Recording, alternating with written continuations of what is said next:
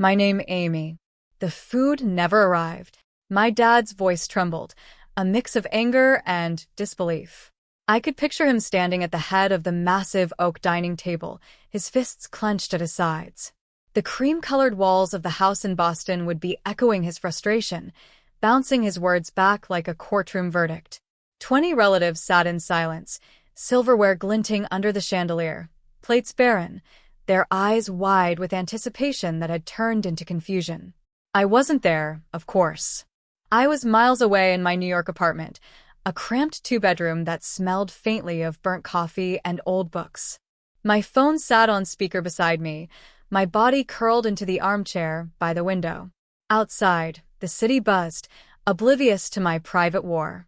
A smile tugged at my lips as I whispered into the receiver, "Oh, I figured you didn't need me." And then I hung up. Justice served. Or, at least, the appetizer. You see, it wasn't about the food. It had never been about the food. The empty platters in Boston symbolized every moment my father had left me empty-handed, every time he reminded me I was the fragile daughter, the one who could never shoulder responsibility. My cousins used to snicker behind my back, whispering how Amy could never measure up to Richard, the golden son, or Claire, the perfect daughter-in-law. Tonight, their mouths would stay closed, hungry in more ways than one. I leaned back in my chair, my heart drumming with satisfaction. To them, it was just an embarrassing catering mishap. To me, it was the first shot fired. I had called the catering service myself earlier in the week, convincing them with a sweetened voice and a fabricated cancellation notice that the dinner had been moved. It had cost me a small bribe, $200 slipped in pounds converted at a back-alley exchange shop to ensure no trace linked back. But that was nothing compared to what I gained, the look of failure smeared across my father's face. I could imagine Aunt Margaret, always dressed in pearls, tapping her nails impatiently against her empty plate. Uncle George shifting in his seat, muttering about wasted time. Claire probably smirking, already rehearsing the story she'd tell her friends about the night the patriarch lost control of his own house. And Richard, my brother, smothering his laughter, because even he, my father's favorite, thrived on seeing the old man sweat. None of them knew it was me who orchestrated it. None of them suspected that the quiet daughter, the one who slipped through family gatherings like a shadow, had begun a campaign of revenge. But this wasn't random spite. This was personal history simmering to a boil. I remembered being 16, standing in that same dining room when my father looked at me and said, "Amy, you'll never be strong enough to handle responsibility. That's why Richard will inherit the business, not you." My fists had balled under the tablecloth that day, nails biting into my palms. My mother had shifted uncomfortably, as if she wanted to defend me, but she said nothing. She always said nothing. The years had sharpened that memory into a blade. I carried it with me through every rejection letter, every night spent waiting tables to pay tuition, every time I walked past glass towers in Manhattan, knowing I should have been inside one of them, not scrubbing plates beneath fluorescent lights. My revenge was not a passing impulse. It was strategy, deliberate and unrelenting. And tonight was proof of my patience. As the city lights blinked outside my window, I poured myself a glass of cheap red wine and let the bitter taste sit heavy on my tongue. I could almost hear my father pacing in Boston, barking orders at Richard, blaming him for the mess. Perhaps Richard was already blaming Claire, and Claire, in turn, was stabbing at the air with her sharp tongue. Let them fight among themselves. Division was my ally. Aggression, though, that was my flame. I didn't want them to merely argue. I wanted them to feel hunted, destabilized. I wanted the ground under their polished shoes to crack. I thought about the next step. The jewelry. My mother's jewelry, worth over $85,000, had been promised to me before she died. Gold necklaces, diamond-studded bracelets, rings that shimmered like captured fire. But my father had handed it all to Richard, claiming he was responsible enough to safeguard family assets. I had watched Claire wear one of my mother's rings at a party, her manicured fingers flaunting what was mine. That image lived in my memory like poison. So, the catering trick was only the beginning. I wanted them nervous, second-guessing every detail of their perfect lives. I wanted them to wonder. Was it fate? Bad luck? Or was it something else? I set my empty glass down and walked over to the wall where I had pinned photos and notes like a detective building a case. At the center, a photograph of the Boston house, its wide porch and white pillars looming like a fortress. Around it, pictures of Richard and Claire in their Atlanta mansion, my father standing beside his business partners, financial reports I had borrowed from a careless secretary. I wasn't afraid of aggression. Aggression was the language my family understood best. My father built his empire in Boston by crushing competitors. Richard bullied his way into positions he didn't deserve. And Claire? Her weapon was venom disguised as charm. Well, I had learned from the best. The clock ticked past midnight as I sank back into my chair, the hum of New York steady around me. Somewhere in Boston, that dining room was finally dispersing, relatives grumbling, my father's pride wounded. He would wake tomorrow with a plan to recover, but he didn't know this wasn't an isolated failure. This was war. I closed my eyes, letting the satisfaction wash over me, but beneath it pulsed something darker, hotter, and impatience. The catering trick was satisfying, yes, but small. I craved more. I craved the moment when they would look me in the eye and realize it had always been me pulling the strings. The thought made me laugh softly to myself, a low sound that filled the quiet apartment. I wasn't the weak one. I wasn't the fragile daughter. I was the storm they never saw coming. And soon, Boston would know it. I hadn't forgotten what had been stolen from me. Memories don't fade when they're laced with betrayal. They harden, like glass pressed into the skin, impossible to ignore. Years ago, when my mother died, she left behind her jewelry, her most treasured possession. It wasn't just valuable, it was sacred. Every necklace, every bracelet, every ring carried the weight of her laughter, her struggles, her resilience. The collection was worth nearly $85,000, but to me, it was priceless. My father promised to keep it safe until I was old enough to handle responsibility. He lied. Instead of honoring my mother's wishes, he handed it all to Richard, his golden son. Richard, who had never worked a real job in his life, who breezed through failures because my father always cushioned the fall. Richard, who believed entitlement was his birthright. I remember the night I found out. I was sitting on the edge of my bed in New York, the city lights flickering outside like mocking stars, when my father's words reached me over the phone. It makes sense, Amy. Richard can keep the assets safe. You've got enough to worry about. Enough to worry about? I nearly dropped the phone from my hand. Enough to worry about?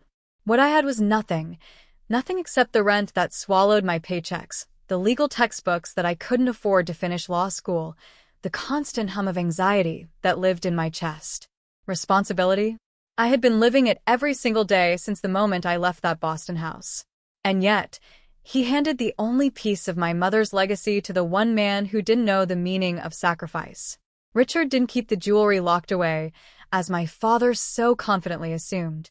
No, he paraded it through his life like it was some trophy he earned. His wife, Claire, wore the diamond ring to every party, her manicured hands flashing it in the faces of people who knew it was never hers. At Christmas dinners in Atlanta, she adorned herself with my mother's necklaces, smiling that smug smile as though the past had always belonged to her. And Richard? He boasted about the investment value, talking about selling pieces off to diversify assets whenever he needed quick cash for another business venture. The sight of them flaunting what should have been mine carved something sharp into me. That collection wasn't jewelry, it was my inheritance, my mother's voice echoing through time. Seeing Claire hang it around her neck was like watching her strangle my mother's memory. I worked nights then, waiting tables, scrubbing dishes until my hands bled, dragging myself home past dawn just to scrape together enough for rent. I ate dollar slices of pizza while Richard and Claire sipped champagne in their sprawling Atlanta house with its marble countertops and imported chandeliers. My dream of becoming a lawyer slipped away, semester by semester, because I couldn't afford tuition. All the while, they lived in a world built from what was stolen out of my reach. So when people ask me why revenge burns so hot inside me, I tell them, this isn't about jealousy. This isn't about greed. This is about survival. The night I swore vengeance is etched into my memory. I was in my New York apartment, staring at a photograph of my mother. She was wearing that same diamond ring, the one Claire flaunted. My mother's hands were gentle, lined with years of labor, but proud. I stared at that photograph until tears blurred my vision, until grief burned away into something sharper, something more dangerous. I whispered aloud to the empty room, "I will take back what's mine." And from that moment, I knew my war wasn't just with my father, it was with Richard and Claire. I began gathering information, quietly, methodically. I learned where they lived, the exact value of their house in Atlanta. $1.2 million, purchased with a loan from my father's company, which everyone knew Richard had no intention of repaying. I memorized their routines: Claire's weekly shopping trips to Buckhead, Richard's golf sessions with his smug circle of friends. I studied their finances, the parties they threw, the people they entertained. Every detail was a weapon waiting to be sharpened. But knowledge alone wasn't enough. I needed fuel, aggression. My rage became discipline. I poured every spare dollar into traveling when I could, visiting Atlanta under the guise of work trips, renting cheap motels near their neighborhood. I watched from afar. I saw Claire step out of her luxury car wearing my mother's necklace one humid July afternoon, her laughter ringing in the driveway like nails across glass. My nails dug into my palms until blood dotted my skin. I wasn't reckless, though. Revenge required patience. It wasn't enough to scream, to confront, to demand. That would make me weak, easy to dismiss. No, I wanted Richard and Claire to unravel. I wanted them to choke on their own arrogance, to feel the floor disappear beneath their feet. The first seeds of my plan came when I overheard Richard bragging at a family gathering in Boston. He boasted about safe investments, about how he'd liquidated assets to cover a failing business deal. My ears sharpened. Liquidated assets. He was selling pieces of my mother's jewelry. That was when the vision came to me, clear, merciless. I would destroy Richard the way he destroyed me. Not with fists, but with precision. His pride was money, status, control. I would tear those things from him, one by one, until nothing was left but the empty man behind the mask. Back in New York, I started building my arsenal. I reached out to contacts at law firms, people I knew from my brief time in school, and began asking quiet questions. I discovered Richard's safe investments were anything but safe. He had debts, large ones. He owed $200,000 to silent partners who weren't so patient anymore. Claire didn't know. She thought her husband's empire was unshakable. That knowledge tasted sweeter than any wine. Still, the rage inside me demanded more. Each night, as I returned to my apartment from work, I stared at the board I'd built on my wall. Photos of Richard, Claire, their house, the jewelry, bank statements, notes scrawled in ink. My plan wasn't just revenge anymore. It was survival. Every line I drew across that board was my way of clawing back power that had been stripped from me. And in those nights, alone with my thoughts, the aggression boiled until it transformed into resolve. Richard would regret ever taking what was mine. Claire would choke on the glitter of the jewels she flaunted.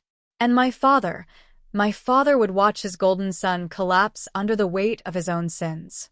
I leaned close to my mother's photograph one night, whispering as though she could hear me, "I'll take it back, Mom. I promise. They won't get away with this." Revenge was no longer a fantasy. It had become my compass, my lifeline. And as I lay awake in that tiny New York apartment, staring at the ceiling with clenched fists, one truth echoed in my mind. This wasn't just about reclaiming jewelry. This was about rewriting the story my family had tried to script for me. They had underestimated me. They had mistaken my silence for weakness. But soon, they would learn. I wasn't fragile. I wasn't powerless. I was vengeance, wrapped in patience. And I was coming for them. Chicago wasn't supposed to change my life. It was just meant to be another seminar, another string of lectures I could barely afford but force myself to attend, desperate to keep the last scraps of my legal education alive.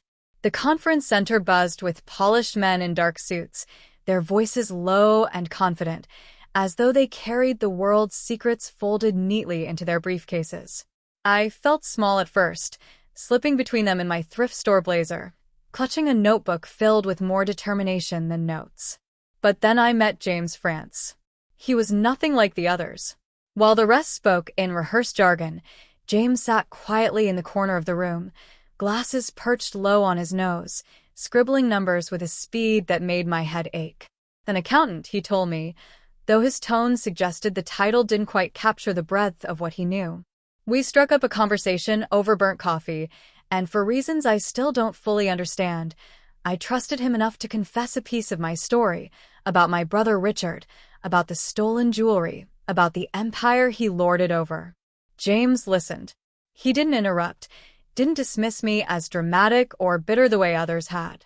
When I finished, he looked at me with eyes so sharp they could cut glass and asked only one question. "Do you want proof?" That was the turning point. 2 nights later, in a dim hotel lounge smelling of stale liquor and polished wood, James spread papers across the table between us. Bank statements, wire transfers, expense reports riddled with inconsistencies. He explained in his calm, precise way that Richard hadn't just squandered our father's trust, he had been bleeding him dry. Nearly $200,000 skimmed from business accounts under the guise of consulting fees and marketing expenses. Fake invoices, shell companies, money vanishing into thin air. I stared at the papers, my heart thundering in my chest. Rage and vindication surged in equal measure. It wasn't enough for Richard to steal what was mine. He had to rot the very foundation of our family's name while he did it. And here was the evidence, the weapon I had been waiting for, laid out like an executioner's blade. James leaned back, watching me carefully. "What are you going to do with this?" My answer came without hesitation, sharp and cold. "Burn him down." The words tasted electric, like lightning splitting the air. For the first time, I felt the aggression inside me crystallize into something unstoppable. No longer was I the girl waiting tables, the forgotten daughter ignored at family dinners. I was the hunter now, and Richard was prey. With every document I copied, every receipt I tucked into my folder, I felt the fire grow. My brother's empire wasn't built on brilliance or skill. It was built on theft, on arrogance, on the assumption that no one would ever dare question him. He thought he was untouchable. He thought I was weak. That ignorance was about to destroy him. When I returned to New York, my apartment no longer felt like a cage. It was a war room. I pinned the new evidence on my wall beside the photographs, connecting red strings between accounts, dates, faces. The board pulsed with energy now, a living map of Richard's corruption.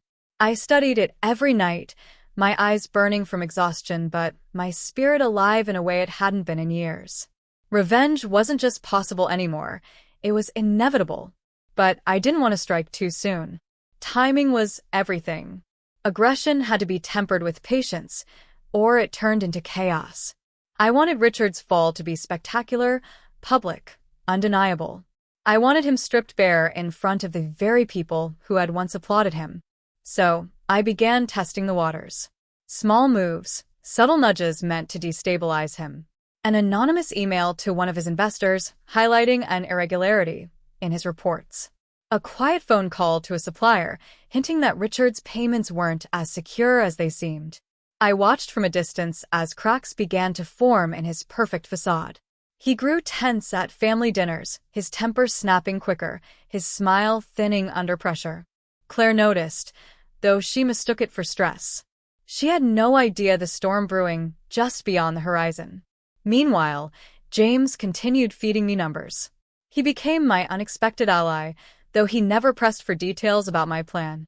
Perhaps he saw something in me that frightened him, an intensity he knew better than to question. Or perhaps he simply enjoyed watching a predator awaken. One night, as I sat alone in my apartment, the city buzzing beyond the window, I held one of the forged invoices in my hand. It was a flimsy sheet of paper, but in my grasp, it felt like dynamite. I imagined Richard's face when he realized the walls were closing in, when his investors demanded answers he couldn't give, when our father finally saw his perfect son for the fraud he was. The vision filled me with something intoxicating, pure aggression, pulsing through my veins like fire. I wanted him to suffer. I wanted him to taste the humiliation I had swallowed for years. I wanted him to look at me, just once, and understand that I was the one who had destroyed him. And yet, beneath the rage, there was also clarity. This wasn't just about jewelry anymore. This wasn't even just about Richard. This was about power. For the first time in my life, I wasn't at the mercy of someone else's decisions. I held the cards, the evidence, the weapon. I was no longer the weak link in the chain. I was the chain itself, pulling tighter and tighter until he snapped. I poured myself a glass of wine, staring at the flickering lights of Manhattan. My reflection in the window looked different now, harder, sharper, a woman carved by betrayal and reshaped by vengeance. I raised the glass to the city and whispered, "Here's to the fire." Because that's what it had become, a fire that consumed hesitation, that burned away the shadows of doubt. With James France at my side and proof in my hands, the path ahead was clear. Richard thought he had silenced me, erased me, stolen everything that mattered. But the truth was simple. I was coming for him. And I wouldn't stop until there was nothing left of the man who had stolen my mother's legacy, my father's fortune, and my place in the world. Fire doesn't ask permission. It devours. And I was ready to devour everything. Thanksgiving. Boston. The old house stood like a monument to arrogance, its white pillars gleaming in the cold November light. From the street, it looked timeless, untouchable. But I knew better. Inside those walls, decay had already begun, and I was the one carrying the torch. I parked 2 blocks away, my heels crunching against frosted leaves as I walked up the long driveway. The air smelled of roasted turkey and cinnamon, a cruel irony considering the last family dinner I had sabotaged. That night the plates had sat empty. The silence gnawed at them. Tonight would be different. Tonight, the table would be full. Food, laughter, wine, but all of it a stage. The envelope weighed heavy in my purse. Not just paper. Evidence. Receipts, bank statements, forged invoices. All the proof I needed to expose Richard for what he was. A thief, a fraud, a parasite feeding on my father's business. I had spent weeks preparing it, labeling everything with ruthless precision. Each page was a nail for his coffin. I paused at the front door, steadying myself. My reflection in the glass looked calm, but inside my pulse hammered like a war drum. This was the moment.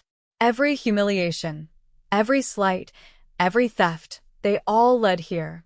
I pressed the bell, and within seconds Claire appeared, dressed in silk the color of champagne, her smile stretched too wide. "Amy," she cooed, her voice dripping false warmth. "We didn't think you'd come." I stepped inside, brushing past her. "Surprise," I murmured. The dining room was lit like a palace, candles glowing against crystal glasses, the table groaning under turkey, stuffing, sweet potatoes, pies. 20 relatives again, their voices buzzing, their forks ready. At the head of the table sat my father, his presence as commanding as ever, his face carved from stone. To his right, Richard laughed too loudly, wine glass in hand, as though nothing could touch him. But I was there to touch him, to burn him. I slid into an empty chair, my purse resting on my lap. My father glanced at me, eyebrows raised. "You're late," he said, as though timeliness was my greatest sin. "Better late than never," I replied evenly. The meal began. Plates passed, voices rose. Laughter filled the room. Claire complimented the cranberry sauce. Richard made some smug joke about stocks. My father nodded approvingly, as though blessing his chosen heir. To anyone else, it looked like a perfect family gathering. But beneath the surface, tension simmered. I could feel it in the tightness of my shoulders, the way my fingers tapped the envelope like a trigger. Halfway through dinner, as Richard raised his glass to toast family loyalty, I moved. "Before you finish that," I said, my voice cutting through the chatter, "I think there's something you all should see." Silence. Heads turned. I pulled the envelope from my purse and placed it on the table. right between the golden turkey and the gleaming cranberry dish. The sound of paper against wood was louder than thunder in that moment. Richard frowned. "What the hell is this?" "Read it," I said. My voice was steady, sharp. My father reached for the envelope, his large hands suddenly clumsy. He pulled out the stack of documents, scanning the first page. His eyes narrowed. His lips pressed into a thin line. He flipped another page, then another, the color draining from his face. Around the table, relatives craned their necks, whispers starting like sparks. Richard shifted uncomfortably. "Dad, whatever that is, it's proof," I snapped, my voice slicing the air. "Proof you've been stealing. Proof you've been draining his accounts with fake invoices, shell companies, fabricated deals.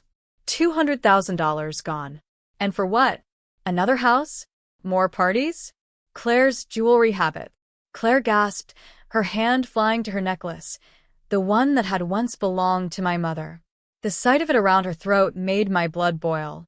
Richard's face twisted, his usual arrogance faltering. "You don't know what you're talking about, Amy. These papers. They came from your files," I interrupted. My eyes locked on his. "Every dollar, every transfer. You thought no one would notice. You thought I'd stay quiet. But I learned something in New York. Silence is expensive, and I don't come cheap." The room erupted. Aunts whispering, uncles muttering, cousins staring wide-eyed. My father slammed a fist on the table, rattling glasses. "Is this true?" His voice thundered, demanding an answer. Richard stammered, sweat beading on his forehead. "It's not. It's just creative accounting. Investments. She doesn't understand. Don't you dare." I spat, leaning forward. "Don't you dare pretend this is business. You stole from him, from this family, just like you stole from me. You paraded our mother's jewelry on Claire like it was a prize. You've lived off lies, and tonight everyone gets to see it." Claire's face flushed scarlet. She pushed back her chair. "Richard, is this true?" "I know it's—" He choked on his words, his mask crumbling. For once, Richard was exposed. Vulnerable. And I savored it. My father sat in silence, staring at the documents, his jaw tight. He looked older suddenly, smaller, as though the weight of truth had broken something in him. Finally, he turned to Richard, his voice low and dangerous. "Get out." The words cracked the air like a whip. Richard blinked. "What?" "Dad, you can't." "Get out." My father roared, slamming his fist again. Glass shattered. Wine spilled across the table like blood. Richard stood, his face pale, his hands trembling. He looked at me then, fury and fear battling in his eyes. But he said nothing. What could he say? He had been stripped bare. Claire followed him, muttering curses under her breath, the diamond necklace glinting under the light as she fled. The room was silent again, but not like before. This silence was thick, heavy with revelation. Every pair of eyes turned toward me. For the first time in my life, they weren't dismissing me. They weren't laughing at me. They were seeing me. I leaned back in my chair, a small smile curling my lips. "You thought you could erase me," I said softly. "You thought I'd stay quiet. But you were wrong." My father stared at me, speechless. I could see the recognition dawning on him. The realization that the daughter he had once called weak had just dismantled his empire's golden heir in a single stroke. By the end of the night, Richard was gone, Claire humiliated, and my father silent. The relatives dispersed, their whispers echoing through the halls like a hymn. And me? I walked out of that house with more than revenge. I walked out with power, with control, with the taste of justice burning sweet on my tongue. For years they had underestimated me. Tonight they saw the truth. I wasn't fragile. I wasn't forgotten. I was vengeance. And I had won.